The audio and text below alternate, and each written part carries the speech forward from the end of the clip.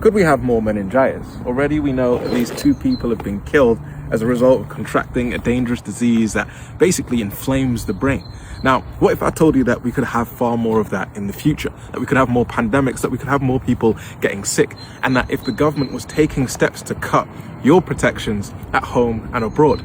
For example, we could talk about the way that we're cutting funding for women and mothers, where that could result in 600,000 unsafe abortions every single year, 2,400 more mothers dying, that we've cut £150 million from funding to fight HIV, tuberculosis and malaria. That could mean hundreds of thousands of children no longer getting to grow up, that we've cut funding for the Global Polio Eradication Initiative. That could mean 200,000 more children paralyzed every single year.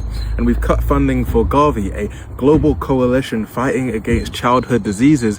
That could mean 355,000 fewer children getting to grow up. And what we're told is that we're doing this to have better value for money. But as the pandemic taught us, when over 250,000 people were killed in Britain, diseases, bacteria, viruses, they know no borders. They don't understand passports and check please and where are you and how long are you staying for. Instead, diseases only understand one thing: the harms that they visit to us at the end of the day so that they can move on to the next host.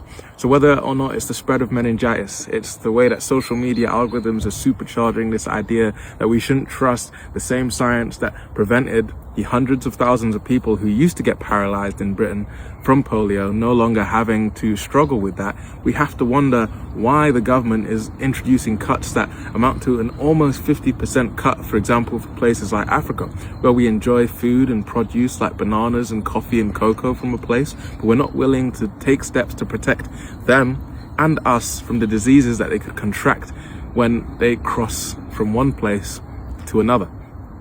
If you know somebody who's been affected by meningitis or HIV or malaria, then you know how serious this is and how much just a couple more pounds per person could do to save not just lives abroad, but British lives too. But what do you think? And if you'd like to learn more about how people are pushing back against this, especially since most Brits want Britain to have a global position in the world, then please read the caption down below and follow Novo for more.